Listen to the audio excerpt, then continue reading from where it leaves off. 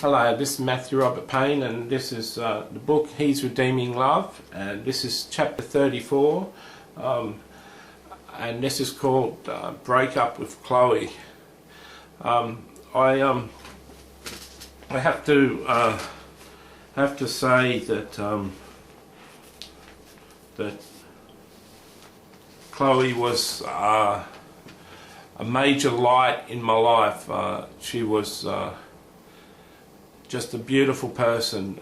She was funny, she was attractive to me, she was spontaneous, she danced just like me, she loved to laugh.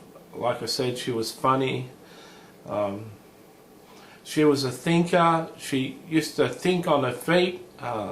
She used to reason situations out and reason things out. She'd read between the lines. She'd read the news story behind the news story. She was really smart and really attractive and really fun, and I loved her so much.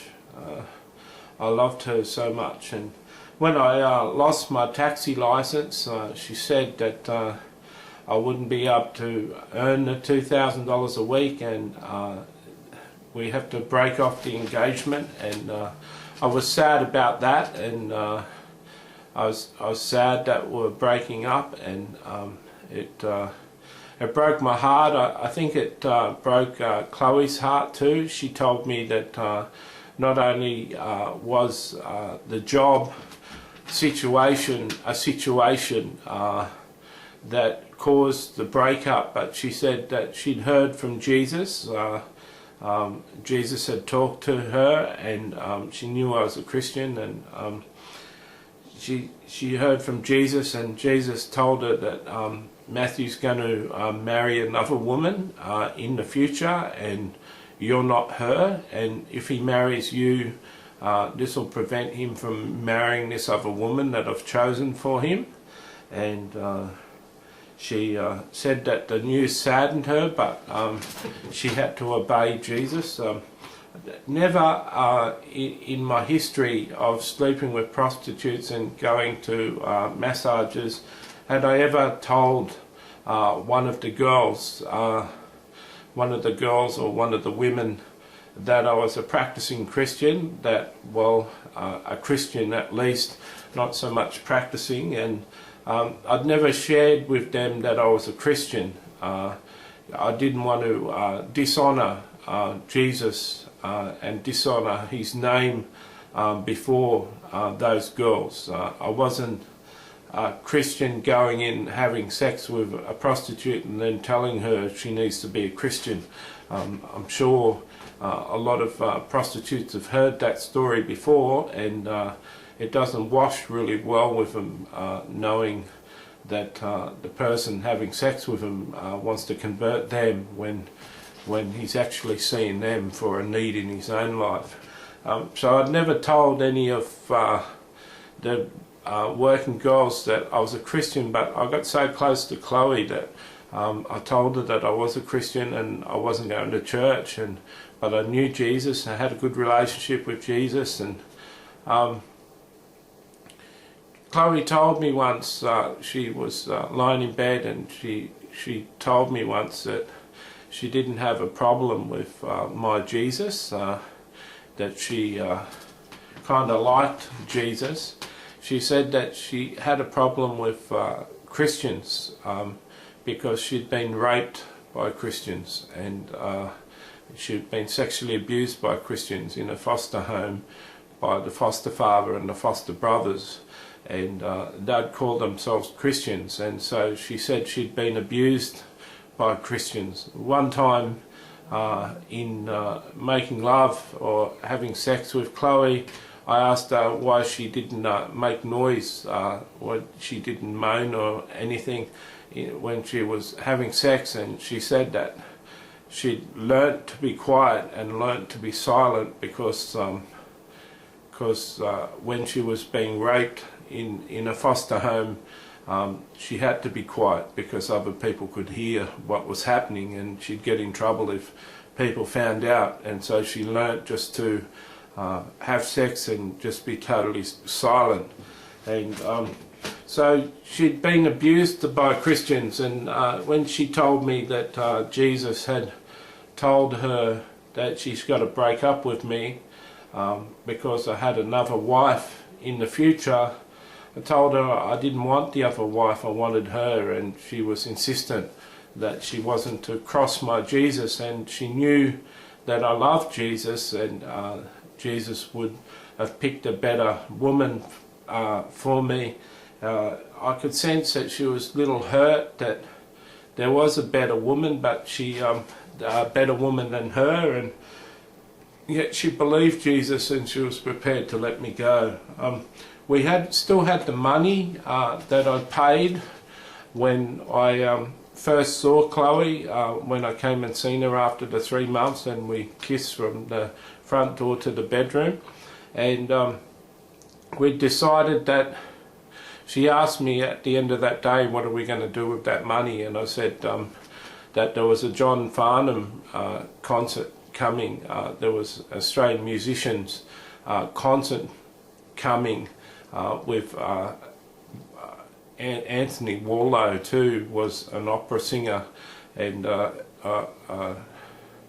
he plays in musicals, and he's a good singer, Anthony Warlow, and they were having a concert, and we'd add a few dollars to that and go to the concert. And so when we broke off the engagement, we decided to be friends, and I was happy being a friend, and we saw each other from time to time, and I went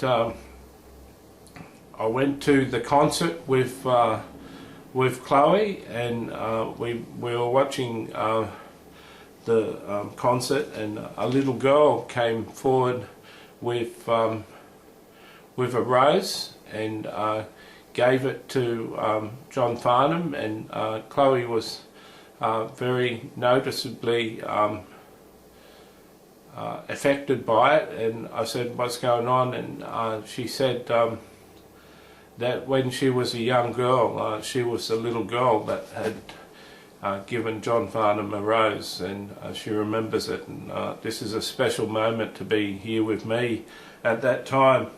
Shortly after that time, I met with Chloe, and she told me that she could no longer be my friend, and I immediately filled with tears, and I asked her why is she saying that, and she said Jesus talked to her and said that I needed to get some emotional healing, and I need to get some spiritual healing, and that her friendship with me was a crutch for me, and it was being a crutch, and it wasn't allowing me to face my demons, and I needed to work through my issues and get myself better, and then I'd be better for a future wife, and I'd be better to be able to serve God. And I was just a mess. Breaking up with Chloe in the engagement was a lot, but losing her as a friend was just so sad, you know. That was the thing that I missed a lot with my wife, was Sharon, was that I didn't mind so much breaking up from being her husband, but I really missed being a friend. And here Chloe was saying the same words, that she couldn't be my friend, and that really upset me. And Chloe asked me to promise her something, and I said, what? And she said, no, just promise me that you'll do something for me. And I said, I've got to know what it is before I promise. And she said, no, just promise. Whatever I want, I'll do it. And I said, okay, I promise. And she said, I want you to promise to publish the book, The Fallen Ones, about the prostitutes. And I said, why? And she said, how can people ever love me if they don't understand me? And how will they ever understand me unless they read this book? and I was emotional, and I said, "Is it good enough?" And she said, "Yeah."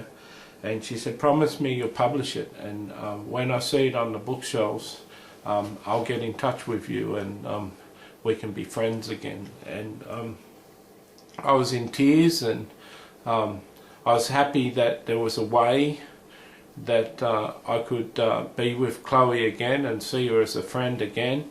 I'd publish The Fallen Ones, and though I was really sad to lose her as a friend, I was broken hearted. Chloe, not many people in my life knew Chloe. Not many people who are reading this book who would be friends or relatives or people that know me personally would have ever heard of Chloe. Chloe is a subject that, first of all, she was a prostitute, and you don't often say that you had a fiance that was a prostitute. And me being honest, you know, it'd only take a couple of minutes of a conversation. Oh, what did she do for work? Oh, she was a prostitute. Imagine how embarrassing that would have been for me. So I have hardly mentioned Chloe to many people.